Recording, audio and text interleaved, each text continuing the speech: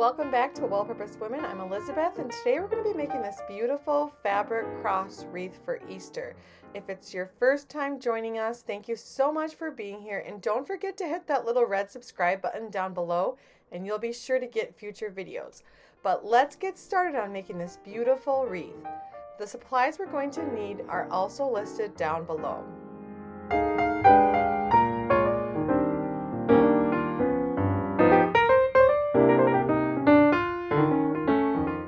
So to get started, I'm going to take my cross wreath here from the Dollar Tree, and I'm going to take my fabric. I have about 3 yards of this nice cream colored fabric. It's a sturdy fabric, doesn't stretch a lot. It's probably similar somewhat to a duck cotton or maybe even like a linen, but we're going to start first by cutting our fabric into 1 inch by 8 inch strips. So I'm going to take my scissors and just make a cut every inch to about 1.5 inches.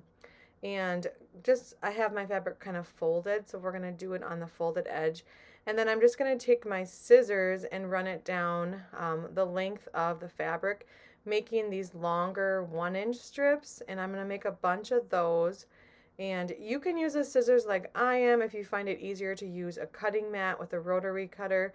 Of course, that is also an option, but either way, we're just going to cut a bunch of the 1 inch strips, and you don't have to cut more than what you need. You can just kind of cut as you go so that you're not using more fabric than you need, because once we have these cut, we're going to start tying them onto the wreath, and then you'll get a better idea of how much fabric you're going to need.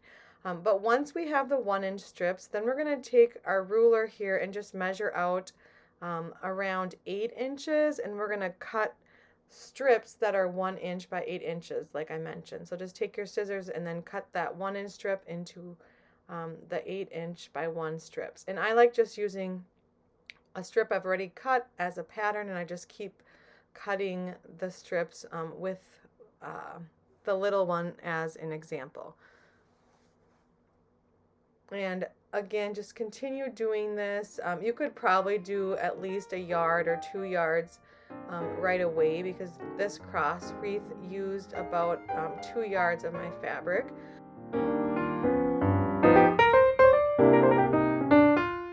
Once you have a good number of these 1 inch by 8 inch strips cut, then we're going to just start tying them onto the wreath. So you're going to take a strip and just fold it in two. And then you're going to, while it's still folded, you're going to put that strip underneath one of the wire parts of the wreath, and then you're going to take the 2 ends of the strip and feed it through the looped end of the strip. And just tuck those strips inside the loop and then pull it tight. And that's all there is to making this wreath, really. We're going to repeat that over and over. So I'll show you again. Fold it in two, put it underneath the wire wreath, and then take the ends and feed it through the looped end so that you're attaching the strip to the wreath. And I'll just do it a couple more times so that it's really super clear, but it's a very simple process, and it's just repetition that makes the wreath look so pretty. So I'm going to do it on the next wire, and just again take the 2 ends, feed it through the looped end, and pull it tight.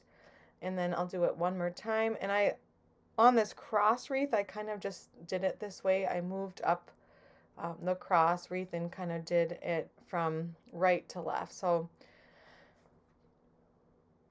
again, take the strip, fold it, put it underneath the wire, then take the ends and feed it through the looped end, pull tight, and continue doing that. And as you can see, some of these strips are not perfect, but you know what? It doesn't matter. It still turns out really pretty. And don't get caught up on it being perfect, because at first it looks kind of wonky. But as you start adding the strips and get them filled in more, then it's going to look really pretty. And this cross wreath is a little bit different than a round wire wreath form because it has kind of an outer edge as well.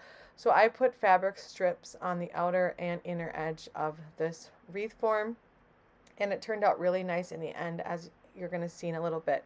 But just keep doing that. Fold your strips, tuck them underneath the wire, then tuck the ends into the looped end, and then as you go, kind of push them together And that's just going to give you a nice full looking wreath. That can be a little bit a matter of personal preference. If you don't have tons of fabric that you're using, you probably could create a pretty nice wreath without making them too tight together. But if you have enough fabric to spare, then I would just suggest pushing them close together as they will go as you're making the wreath, because then you're going to get, like I mentioned, a really nice and full wreath. So these corners do look a little funny at the beginning, but I promise as you continue to do it, you're going to get more of that cross shape, and you're going to be hopefully really pleased with the end result. I'm going to speed up the video eventually just because I think you get the hang of it. If you want a slower version of a tutorial, I always do try to do a written tutorial on my blog to go along with the video, so that if you prefer it to be a little slower, then you can just also have the written instructions on the blog. So down below in the comments, you'll find a link for that. Otherwise, I'm going to speed up the video because it actually will end up taking an hour, hour and a half to finish this wreath. And really, it comes down to that simple process of folding the fabric after it's been cut into the strips, tucking it under the wire wreath, and then just pulling it through the looped ends, and you just repeat that over and over again. So it's a great project to do if you're watching your favorite show, if you have it on a podcast, if you're driving in the car. I've even done this. Just cut the strips beforehand and carry a bag with your wreath, and you can just do it in the car, and it works great.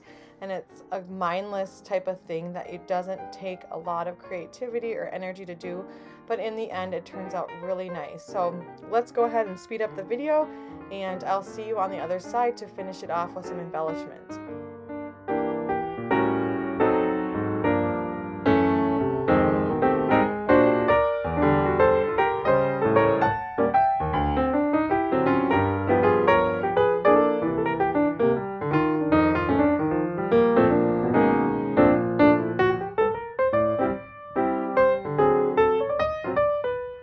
Okay, now we've completely covered our cross with our fabric strips, and I'm going to take this little wreath and this little He Is Risen cutout from Hobby Lobby, and we're going to just try a couple different options on our cross to embellish it.